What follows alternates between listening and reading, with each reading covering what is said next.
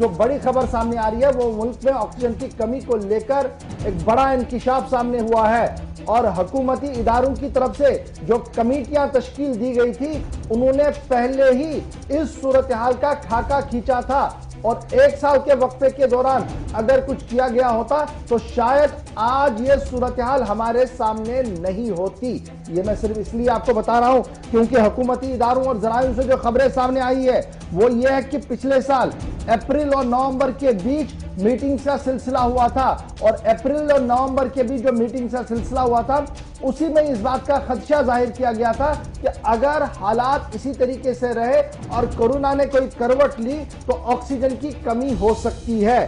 सरकार की तरफ से कोई भी कदम नहीं उठाया गया है।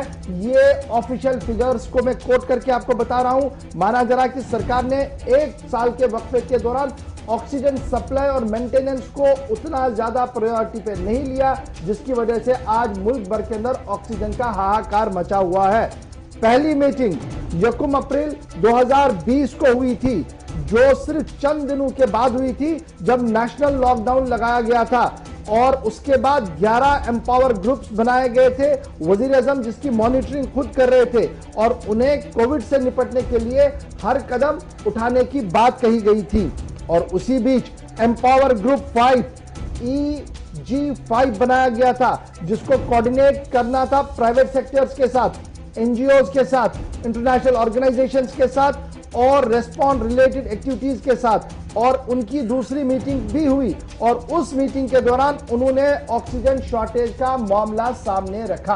यानी सरकार ने जो खुद अपनी कमेटी बनाई, उस कमेटी ने अपनी दूसरी मीटिंग में ही इस बात का खुलासा पेश किया गया कि सूरत हाल अबतर हो सकती है, इसलिए हमने बड़े पैमाने पर ऑक्सीजन को लेकर काम करना होगा। मिनट्स ऑफ द मीटिंग क्या कुछ कह रही है? In coming days India could face a shortage of oxygen supply, quote unquote, to address it CIA will coordinate with Indian Gas Agency and mitigate the lack of oxygen supply।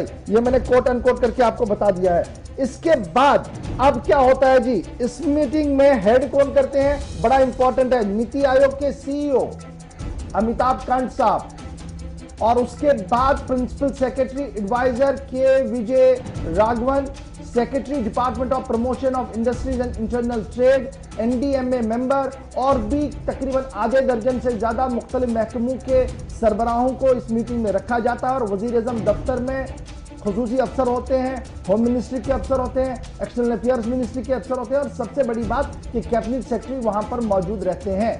इस दौरान एक खाका खींचा जाता है और यह खाका खींचा जा रहा है कि किस तरीके से सूरत हाल को बेहतर बनाया जाए।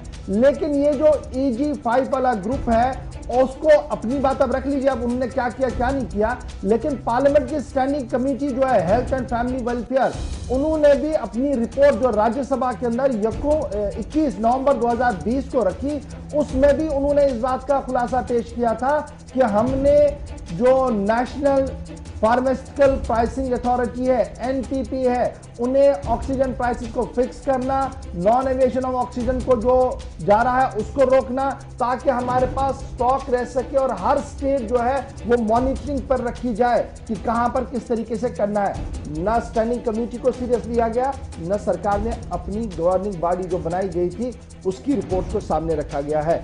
अब सवाल यह है कि मौजूदा उस वक्त और आज के दौर में कितना फर्क है जी? उस वक्त इतनी ज्यादा तादाद में केसेस सामने नहीं आ रहे थे, लेकिन माहिरीन ने उसी वक्त इस बात का खुलासा पेश किया था कि हालात पलटेंगे जी। जिस तरीके का माहौल दुनिया भर के अंदर बन रहा है, भारत की आबादी सबसे ज्यादा है, यहां पर अगर इस तरीके की सूरत हाल हुई तो हमने क्या कुछ करना है? कोविड अस्पतालों को बनाना है, ऑक्सीजन सप्लाई को मेंटेन रखवाना है और क्या कुछ करना है, उन सभी डायरेक्शंस पर सरकार का ध्यान शायद नहीं गया है और आज ये सूरत हाल आपके सामने है। अब अभी की ताजा खबर क्या कुछ है? ताजा खबर इस वक्त आ रही है श्री गंगाराम अस्पताल से। ऑक्सीजन की बात जब मैं आपको बता रहा हूं तो खबर से एजेंसी ANI के मुताबिक, जो सिर्फ 10 मिनट पहले खबर दी गई है, 25 इंतहाई अलील बीमार मरने के कगार पर है जी। क्यों? ऑक्सीजन उनके पास सिर्फ 2 घंटे का अस्पताल के अंदर है, वेंटिलेटर और दीगर चीज जो है वो ऑटोमेटिकली ऑफ हो जाएंगे, ऑक्सीजन एयरलिफ्ट करने की अशद जरूरत है और तकरीबन ये जो 60 से ज्यादा पेशेंट है जो इस वक्त बराह रास्त वेंटिलेटर्स पर है, अगर उन्हें बचाना है तो उसके लिए ऑक्सीजन चाहिए। ये दिल्ली का हाल है। मैंने दोनों खबरें आपके सामने रखी। कमेटी ने क्या कहा और इस वक्त ANI खबर रसा एजेंसी श्री गंगाराम अस्पताल के हवाले से क्या कुछ कह रही है, तो अब आप समझ सकते हैं कि सूरत हाल कहां की ओर जा